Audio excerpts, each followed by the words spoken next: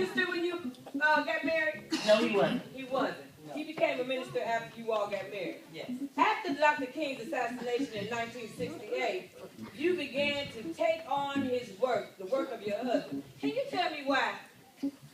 Well, I felt that it was very important that I carry on his legacy.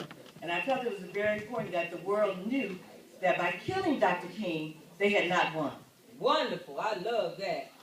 Now, out of your 4 children, let me see your 4 children's names. Where I believe it was Yolanda. Yes. Wait a minute, sweetie. Yolanda, Martin Jr. or Martin III, I believe. Right, yeah. Bernice and Dexter. Now, out of all 4 of those children, only one became a minister. I believe it was one of the girls. Yes. Right? Bernice. Bernice. Mm-hmm. And do you know what? I just heard that Bernice was in Indiana speaking the other day. She spoke to a crowd of young people in, not a crowd, but a university in Indiana just yesterday. So let's give Sister Bernice a hand. She's still doing work for the Lord. All right. Did you all see out there, Pat? L'Oreal was invited. I couldn't go. All right, L'Oreal. Very good. Very good.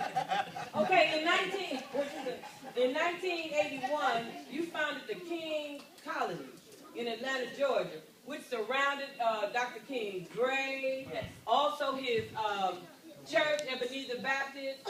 It's just a real big, beautiful, and I believe, I've only seen a picture of it. Even though I've been to Atlanta, I didn't really see the update of it now that they have done.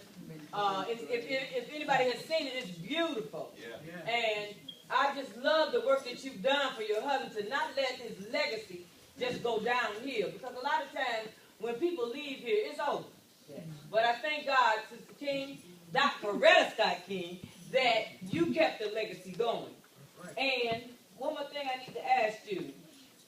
Did you feel that this work, do you feel that the work that you have done for your husband and family was something that God had a purpose for you to do? Yes, I did.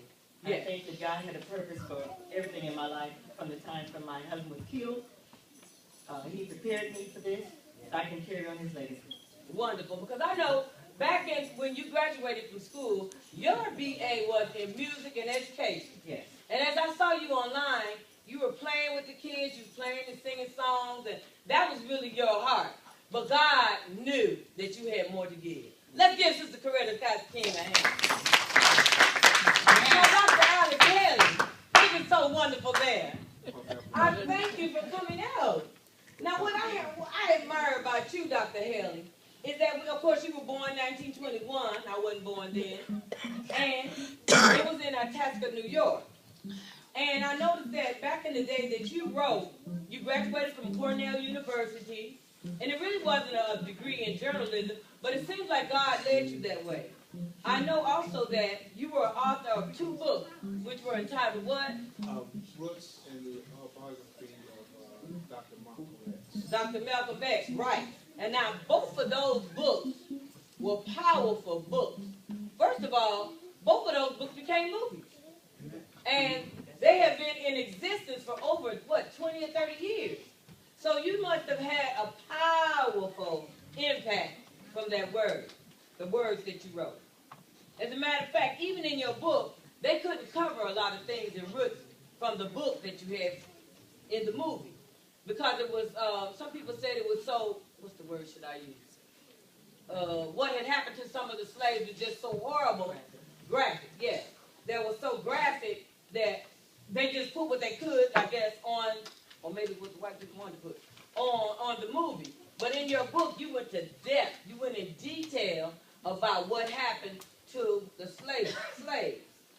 And I appreciate that. And also, even before that book, Dr. Haley, I remember in 1974, it was, part of it was in the Reader's Digest. Is that so? Yes. Yes, I know. So you had that going on for a number of years, even before the book, which was written in 1976. Now, your first encounter, when you were looking back at your ancestors, when we talk about Kunta Kinte in that movie, back in your ancestors, that was also, that was slave, well, Kunta Kinte was sold into slavery in Maryland. And that was instrumental to you because it was a part of your family tree. Is that so? That's correct. That's correct. So it being that it was a part of your family tree, that had a lot of heartfelt written word in it, truth in your book.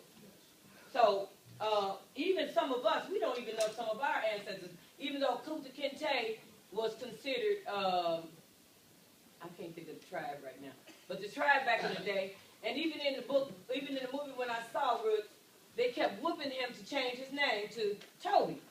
But I appreciated him letting them know that this is where he came from. No matter how much they whooped Kunta Kinte, he still let them know that Toby was the name you gave me, just like some of us have, and that Kunta Kinte would never leave him.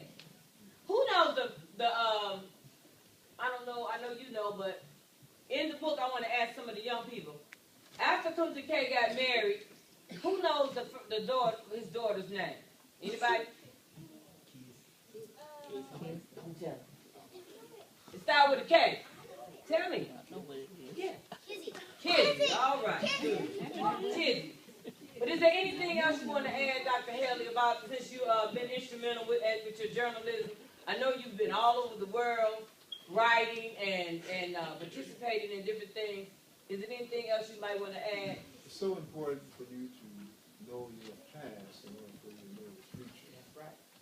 And so you need to trace back the family tree and see exactly where you originated from, so you know where you're headed. Absolutely. You know what? When I was in college, just what you had just said, they in a sociology class that I had, that's just what my professor said. He said, you need to do leave that toilet on, sweetheart.